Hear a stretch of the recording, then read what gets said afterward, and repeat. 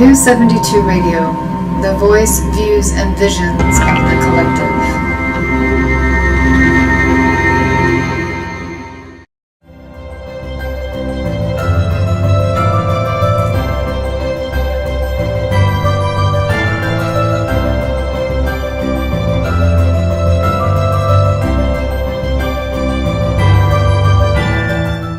To Healthy View, Healthy You. And good morning, Rebecca. We have just started recording. And today I'm here with Dr. Stela-Pavic and Rebecca Shaw, and I'm Lynn Young. And we are spending our day discussing the weather and what has been going on Earth and how it affects our health, how we might be prepared to deal with it, how if we're unprepared, how we address it, and how we can stay healthy throughout the time. So we in the South actually have been experiencing some hurricanes. Mexico has had an earthquake or two earthquakes, and there have been tornadoes. There are fires in the West. The earth is changing and moving in response to some weather patterns. And we're going to speak, at least I'm going to address what I dealt with and how I responded to the storms that have come. So Harvey came through Texas. It did not come to us, but we did have some pieces of it later on. And then Irma headed our way. And when Irma headed our way, it was a time to really pay attention to what could occur. And so I'm a real believer that thoughts create actions and activities. So I didn't want to imagine that a Hurricane 5 would arrive in Charleston, but that was a real possibility. And there are a lot of responsibilities that I have related to that. So what are the things that happened? What was it that affected me the most? And I think I went into fight or flight mode, and I stayed there for 3 weeks. And I was exhausted when I finally let go of the fact that Maria wasn't going to come on top of us, because I didn't stop that fight or flight until then. And I was really exhausted. So what were some of the things that I had to do that I had to focus on? Just the details. Immediately I decided, well, I've committed to my siblings that I would take care of my 93-year-old mother, our mother, and we had to evacuate her to North Carolina. So we couldn't wait until the final choice of whether Irma was going to come directly to us or not. So I arranged to take her to my other sister in North Carolina, along with 4 caregivers. So all of a sudden I had 6 people's lives to take care of, 2 vehicles, my mother who is bedridden, all the food. I had to block up 2 houses, so my mother's apartment and the house I live in, and make sure where there is flooding that I could minimize that flooding. So that's 2 of those. And then I had to figure out how we would evacuate and how we would deal with all the traffic. So there was quite a bit that I felt. That's not even to mention the fact that I run 3 businesses. I work in 3 different businesses. So that was critical. As you see in Puerto Rico, all these people were saying, we've got to get back to work, we've got to live, we've got to eat, we've got to have food, and we've got to have money coming in. So balancing all of that is important. And before you go on, ladies, I'll just say, I did continually think, how do I stay healthy through this? Is there something I have to particularly do? Because if I don't stay healthy, all of these people who are depending on me and these houses will fall apart. So with that, I'm going to actually bring in Stella. Do you want to just sort of respond? Where were you and what were you thinking, and how are you affected by all this weather we're seeing around the country? So let me just start with this is all very new for me. I moved to the Charleston area a couple of years ago, and this is my 2nd hurricane in which I need to prepare the food and drink and evacuation plan for me, and at that time 4 children living with me this time too. It was really very interesting point from my side, because I found, you guys American very organized. I found that you already have a little bit, water was a little bit in demand, but otherwise everything was quite a bit of functioning. People were kind, they were honest. I have seen so many hands reaching toward the neighbors. Everybody was talking. The people were leaving the keys of the house for those who are standing. It was really the moment of in which humanity at the best at the time of devastation was showing on the many level.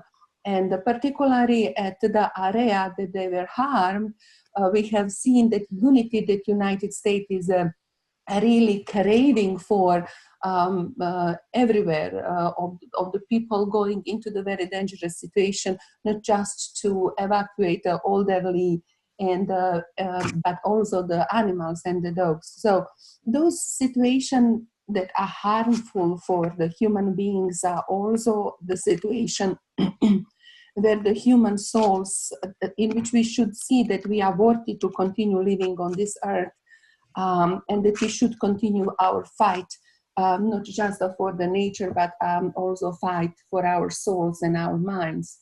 We are exposed to so many different information that are attacking our being and our intellect, in which we are actually searching for the truth. Why is all of this happening? So why we have so often devastating storms coming on not just the United States but the rest of the world more recently so often, and this is inevitably bringing our belief or non-belief of the climate changes and the human hands involvement in that. And this is completely different theme that we can discuss or not discuss, but what we definitely all can conclude is that our availability to see the devastation of the storm through all the world, through the Facebook, internet, and television, it's a much more often to us to understand that all of those human catastrophe are much more available to us. So, and it's a question: is it that we see that is happening? It's really happening more on devastating level. But definitely, we are responsible, and we need to understand that our buildings and our way on which we build and explore the earth for our needs to be changed. That our real estate in those flooded area needs to be reevaluated. All team of scientists needs to understand that building on the marshes requiring also building of the protection walls on the seaside, not touching at all global warming and the politics of that, but this is definitely what we need to address in order to decrease the human victims and such a devastation of the material property that we have. We need to start to think about the consensus to protect the things like we have in the Netherlands, like we have in other developed European northern country. America need to step up, need to start to build under the code to protect the people, need to ensure that those people, like right now in Puerto Rico, will have organized help to save their lives and put them on the feet. So this is how I experience the situation. In all of that tragedy, I have seen the huge amount of the hope and the humanity. I have seen the tremendous need for education about the why and what is happening and how to prevent that in the future. But what is interesting that I need to share with you, my friend, and everybody else who is listening, as soon as that storm was coming, you know that I'm quite religious. I was crossing all four sides of the world and calling the really Holy Spirit to protect the Charleston. I was very afraid. So, but I didn't pray for the whole world. So what has happened to me, it's in my hometown at the same day when we were supposed to be hit by Maria, had a devastation of the rainfall. Apparently 350 liters of the rain fell on the cubic square and practically forming the rivers all around. Every single home of my family member was flooded. And those pictures you should see, American television didn't let them, but my hometown became the world record ever recorded of the rainfall and forming 4 or 5 rivers, removing the graves, removing the asphalt, removing everything on its path. So that is really something. At the same time, when we were running from the Irma, something happened in the Europe that was actually devastating. It was in Croatia? Yeah, it's in Croatia. And is Maria okay? Maria lives on continental part in Zagreb. Everybody is okay. Could you imagine no life lost? Oh. It was really natural disaster. No life lost because the buildings are from the concrete. Mm-hmm. Built under quite different code than we're building homes here.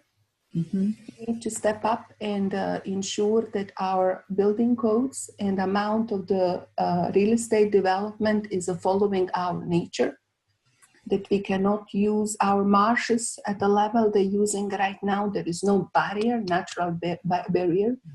So we need to somehow put under the control real estate developer because they don't know as well, but we need to put them in the contact with the scientists, environmentalists, marsh specialists, mm-hmm. Let them know what is the weight, what we can actually survive with. So actually, Stella, when you talk about that and what struck me, and Rebecca, I'd love to have you weigh in on this. What you said is when you were praying about Charleston and you were really holding Charleston to keep it safe, I was doing a similar thing, but I was actually trying to integrate with the storm and be part of nature and talk to the storm about changing its path and being smaller than it was and breaking apart. And I did that with all the storms. And it's interesting that you were saying only in one part of the earth and not the other, because we are all part of nature. And could you have, of course you could have been a part of what was going on there, but we were totally encompassed with what's here. So Rebecca, what were you doing? It's a wonderful conversation to have about caring for the earth from that standpoint, because as a mythologist, I have felt this was Gaia really doing what she has said she was going to do for years, which is rebalancing the earth. She's not been well. The earth has not been well. So, Rebecca, how about you in this time? Because this is a great conversation.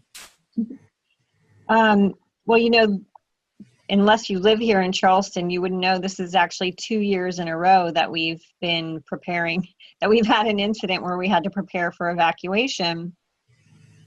And prior to living here, I've been here for 11 years. I lived in Southern California where we were preparing for earthquakes, which is a little different because you can't really prepare for an earthquake, and I've lived through one.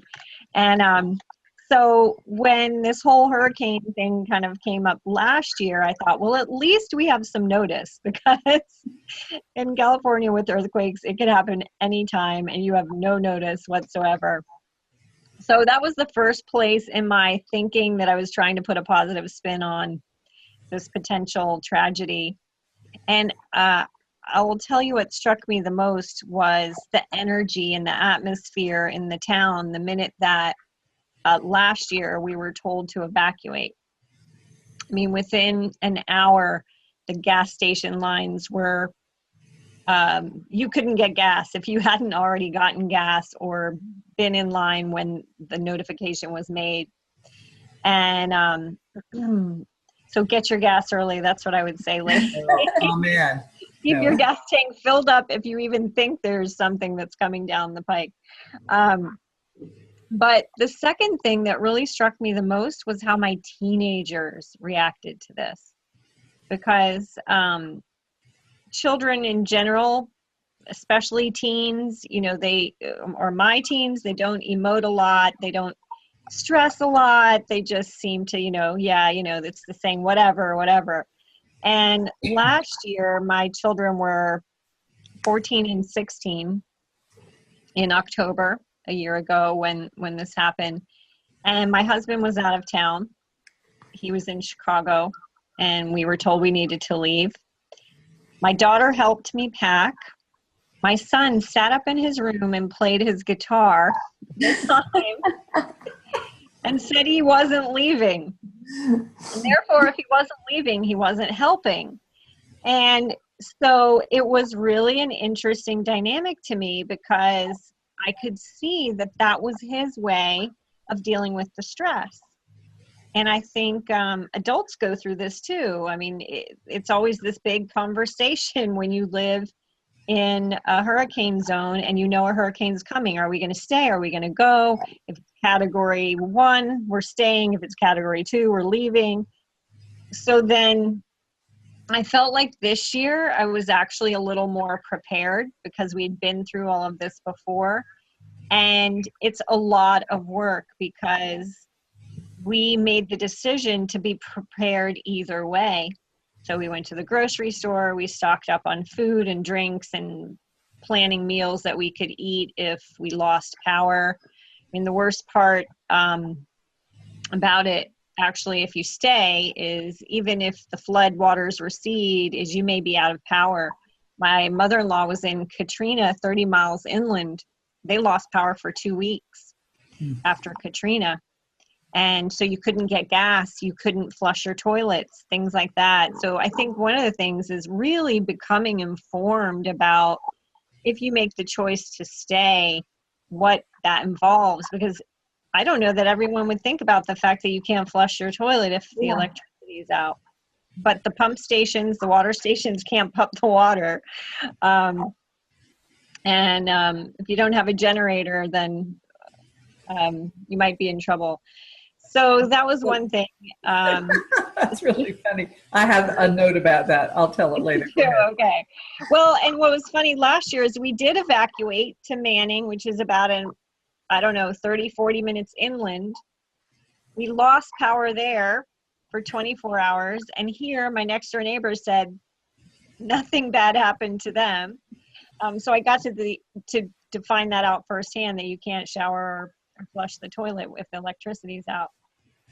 So there's a lot of mental planning and preparation that needs to go into all of these contingencies about what to do and when to leave and where you'll go. Book your hotel very much in advance, because by the time we decided that we might want to evacuate, the only hotels we could get anywhere were like $350, $450 a night. Oh, wow. In Nashville. And that's the problem. That's also the problem. There is agency that was running to list those rip-off company who would sell the water 10 times higher price or times higher price for the people in the need. So that was one of the problems that was publicized quite a bit. That some people want always that money to come into their pocket, even when the people are in the need. And there is a website with a list of them, and we should avoid them definitely. So you know what? Let's talk about that just a few minutes. About what we do. So I grew up here, Rebecca, and one of the first things we learned is if there is a hurricane coming, and we never evacuated. So I wasn't here during Hugo. My whole family evacuated at Hugo, but we always filled up all the bathtubs. And so this morning I was thinking, and my sister in North Carolina, when we evacuated to stay with her, said, if the storm comes here, if it's too windy and we're going to lose power, just go fill up all the bathtubs, because we don't know about the well. The well will keep producing what you need. And so it's really to flush the toilets. You can take the water, put it in the back of the toilet, and it will flush the toilet. So you can continue to use the toilet that way. Well, let's talk a little bit about what you do. So we still have another month or more in our season because the season seems to be shifting too. And let's talk about what we do and what we did to prepare. So actually, I heard you, Rebecca, how you said you got all these things together and just in preparation. I have not had sandbags, but even now, all the sandbags I did have this year. I didn't have them last year. I had the house boarded up and I had the sandbags in place, and we had to leave because with a 93-year-old mother who has to be evacuated, you can't wait until the weather changes to a Category 1. We left when it was a Category 5 or 4 headed our way. So we did everything in preparation for that. The car was full of water, and I kept the gas high, but I'll tell you, I got my gas tank filled up on Wednesday night at 11 o'clock at probably the last place in Charleston that had any gas. All the gas tanks were empty. So it really is a planning thing. Just be prepared. But that made me go into that fight or flight place. It's the stress of it. And what does that do for our health? So why don't we talk about how we take care of ourselves from a health standpoint? What can we remember? What do we put in place to remember when our spirits are supporting us with this fight or flight? The spirits are strongly saying, you can survive and you can take care of people and do everything. And Stella, you're right. People were amazingly helpful, just really kind and generous with Yes. helping. So why don't you say, I mean, Stella, what did you do to prepare? I know you ended up not going. I was nerd in both in the boat situation. I was nerd. You were nerd? Nerd, yes. I was doing everything that was asked from me. I had my car fill up to the top as a week before everything started. So I would fill up those maybe quarter or something that I would spend that day on the street. I had everything ready, ladies. Well, that's good. Yeah. I didn't protect the windows because we were waiting for the last moment to see as the hurricane was seizing in the direction and the category. We didn't do that, but we were about to do the same. Everything per book. Well, I was following direction. Well, that's actually great. So, Yeah. Rebecca, how did you do? I mean, did you do a lot? Because both of you ended up staying, right? Yeah. Well, I think it takes a team because you've got to bring in everything from outside. But the other thing I wanted to mention to people that many people don't think about is even if you don't get a bad storm, if we're lucky in that sense, and hopefully you always are, it only takes 2 feet of water to flood out your vehicle. Yeah. So that was the other thing to consider is even if we stay, even if it's not that bad, in the low country as we live here with 3 rivers, it doesn't take much. I mean, we've had just storms where there was a full moon and high tide where people in downtown getting that bad flooding. So that's another thing I wanted to mention to people is even if you don't think the storm's going to be that bad, if you live in an area where you get flooding, you could lose your car. Yeah. Which is actually what happened, Rebecca, to a friend of mine, and she kept vacillating. It was actually my good friend Stella on Isle of Palms. She was going to put her car somewhere, and then the surge is what happened when we weren't really getting the storm. That surge of 3 or 4 feet that came on top of high tide, her car got totaled, which is really bad. Yeah. So I didn't mean to interrupt you. Go ahead. We have a few more minutes. No, that's but it's all these things that I think you would never really think about until you've gone through it a couple times. And they're not really things that I see out there on the preparedness lists and whatnot, but definitely something to consider because having to get a new car that's a big deal. Well, actually, what I did about that, yep. And Stella, you have several cars with your family. I had to bring my mother's car into the garage in town before I left, up on the high floor. Yeah. So it's a matter of planning. Did you park your cars anywhere, Stella, or did you? No, we live in that area of Mount Pleasant that we didn't have a flooding for last 200 years. Oh. By development of the real estate that is happening in Mount Pleasant, they dry off couple of lakes. So lakes behind our home raise probably for the half or whole foot. Oh. Those water needs to go somewhere. This is that planning that people need to start to understand, that nature will find a way to compensate for the development that is happening around us. So we do see the raise in the lake overall, probably foot since we came here 5 years ago. Due to draining, they drain the lakes around.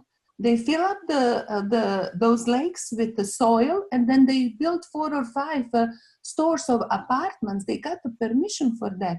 Which kind of the buildings are those buildings with such a unsettled soil? It's really interesting what I'm seeing, right? What I'm experiencing, what they have been given permission to build and to build around. It's really very interesting, lady. Right now, if I ever go to buy anything new, I will ask, tell me a little bit about the history, how the soil on which the home is made, how did you form it? Is it human? Good question, too. Natural. You don't think about that, but you do see the influence around the nature if you watch it. So, Rebecca, do you want to give us some words of wisdom as we finish up today about health and being prepared or stress? How to move stress? Actually, really about stress, which would be great. Well, I think one of the main things is to stay in your own mind about it.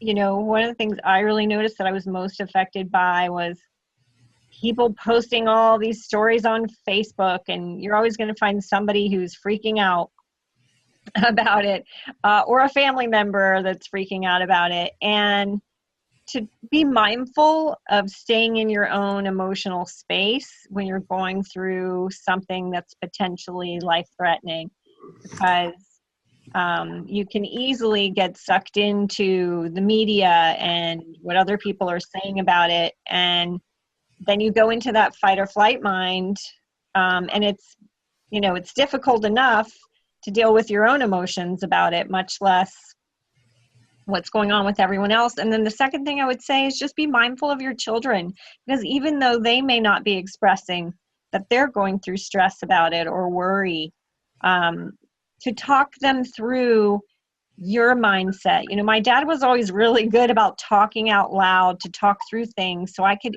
hear how he was processing through a problem. And I think that's really important for your children, is to just not assume that because they're not saying anything that they're not worried or stressed about what's going on, and include them in the process of the preparations and what your intention is, and hopefully trying to put some type of positive mindset. Mothers, especially mothers, we set the tone. So teaching your children how to move through adversity is huge.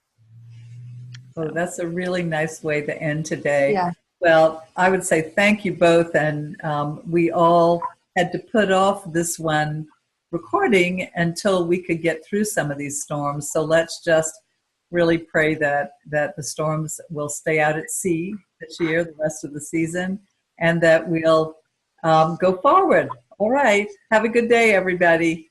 Have a good day, ladies. Thanks. Bye. Bye. Bye.